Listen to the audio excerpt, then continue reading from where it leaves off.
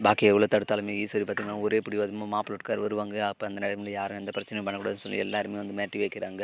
இருந்தாலும் பார்த்தீங்கன்னா, பாக்கியா பொறுக்க முடியாம, என் மகளுக்கு நான் இருக்கிறம்போது நீங்க எந்த முடிவும் எடுக்காதீங்க. அம்மாவா நான் இருக்கேன். நான் முடிவு எடுத்துக்குவேன் அப்படின்னு சொல்ல, இப்படி வந்துட்டு இப்படியெல்லாம் பேசாத பாக்கியா. உன்னால தான் வந்துட்டு வாழ்க்கையில எதுவுமே நல்லது நடக்கல. ஆனா இவன் பேத்தி வாழ்க்கையில தலையிடாத. அப்புறம் என் தலையிட்டா நான் உயிரோடவே இருக்க மாட்டேன் அப்படின்னு சொல்ல, உடனே பாக்கியா வந்து கோவத்துல, "அப்ப என்ன செத்து போயிருங்க" அப்படின்னு சொல்லி அழுத்தமா சொல்ல, இத கேட்டு ஈஸ்வரி பார்த்தீங்கன்னா, ரொம்ப பதறி போயிடுறாங்க. "அப்ப என்ன சாக சொல்றியா?" அப்படின்னு சொல்ல, "எத்தன நாளைக்கு அத்த நீங்க இப்படியே சாக போறேன், சாக போறேன்னு" சொல்லி ஏமாத்தியே வந்துட்டு மிரட்டி மிரட்டி எல்லாத்தையும் சாதிச்சுதுங்க. என் பொண்ணு வாழ்க்கையில நீங்க தலையிடாதீங்க. இவ வாழ்க்கையும் வந்துட்டு என்ன மாரி நாசமா போக நான் விட மாட்டேன். அவ படிக்கட்டும், படிச்சு பெரிய ஆள் ஆகட்டும். அதுவரையும் நீங்க எந்த தொந்தரவும் பண்ணாதீங்க. அப்புறம் அவளுக்கு எப்ப கல்யாணம் பண்ணணும்னு தோணுதோ, அப்ப நான் பார்த்து கல்யாணம் பண்ணி வைப்பேன். இப்ப அவரு என்னதான் வந்து உலகத்திலே நல்ல மாப்பிள்ளை இருந்தாலும், இப்போதைக்கு என் பொண்ணு கல்யாணம் வேணாம் அப்படின்னு சொல்லி உறுதியா சொல்ல, இருந்தாலும் ஈஸ்வரி இருந்துட்டு விட மாட்றே இல்ல. எதனா நீ என்ன வேணாலும் சொல்லு.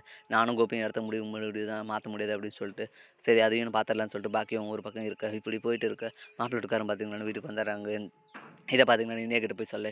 நான் பார்த்துக்கிறேன் நீ ஒண்ணும் கவலைப்படாத. அம்மா இருக்கல்ல நான் பார்த்துக்கிறேன் அப்படின்னு சொல்ல, இனியாவுமே இருந்துட்டு, அம்மா அதெல்லாம் ஒண்ணும் டென்ஷன் இல்லம்மா நான் பார்த்துக்கிறேன் அப்படின்னு சொல்லிட்டு, இனியா பார்த்தீங்கன்னா ரெடி ஆயிட்டு போய் மாப்பிள வீட நிக்கிறாங்க. சரின்னு சொல்லிட்டு பார்த்தீங்கன்னா, தட்டு மாத்துற டைம்ல தான் போலீஸ் வந்து நிக்க. உடனே இத பார்த்து கோபி பார்த்தீங்கன்னா ரொம்ப ஷாக்கிங் ஆயிடுது. வாங்க மேடம் ஏன்னா திடீர்னு இந்த பக்கம் யாரு உங்களுக்கு வர சொன்னது அப்படின்னு சொல்ல, இல்ல இங்க யாரும் கட்டாயப்படுத்தி கல்யாணம் பண்ணி வைக்கிறீங்களாமே அப்படின்னு சொல்லி, உடனே இத கேட்ட கோபி பார்த்தீங்கன்னா ரொம்ப ஷாக்கிங் ஆகுது. ஈஸ்வரியும் பார்த்தீங்கன்னா, அப்படியெல்லாம் இங்க யாருமே இல்ல. எங்க பொண்ணோட அம்மாவுக்கு தான் வந்துட்டு இந்த கல்யாணத்துல விருப்பம் இல்ல.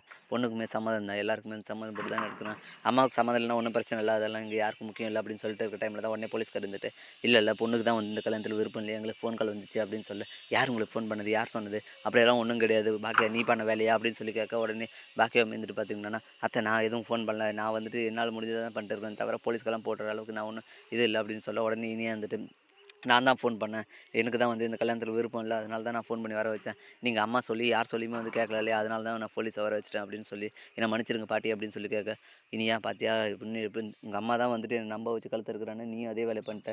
நான் உனக்கு என்னடி பாவம் பண்ணேன்? நான் அவ்ளோ சொல்லி நீ கேட்க மாட்டேன்ட்டல்ல. இனிமேல் எக்கட கட்டு போ அப்படின்னு சொல்லிட்டு ஈஸ்வரி பார்த்துக்கிங்கன்னா தலைமையில கை வச்சுட்டு அழுதுட்டு இருக்காங்க. கோபி பார்த்துக்கிங்கன்னா, அம்மாவும் சமாதானப்படுத்துதா இல்ல போலீஸ் இது பண்றதான்னு தெரியாம, சரி இனிமேல் வந்துட்டு எந்த தப்பும் நடக்காது. நாங்க பார்த்துக்குறோம் அப்படின்னு சொல்லிட்டு போலீஸ அனுப்பிச்சு விட்டு பார்த்தீங்கன்னா, ஈஸ்வரி சமாதானப்படுத்த பார்க்குறாரு. இப்படிதான் வரப்போற எபிசோட் வந்து போப்போது. அடுத்து என்னலாம் இன்ட்ரெஸ்டிங்கா நடக்க போகுதுன்றத நம்ம பொறுத்து தான் பார்க்கணும். மேலும் இது போன்ற அப்டேட்ஸ் தெரிந்து கொள்ள மறக்காம நம்ம சேனல சப்ஸ்கிரைப் பண்ணிருங்க. கூட பெல் பட்டனையும் அழுத்துங்க. அப்பதான் நான் போடுற ஒவ்வொரு வீடியோ உங்களுக்கு நோட்டிஃபிகேஷன் வரும். Thank you.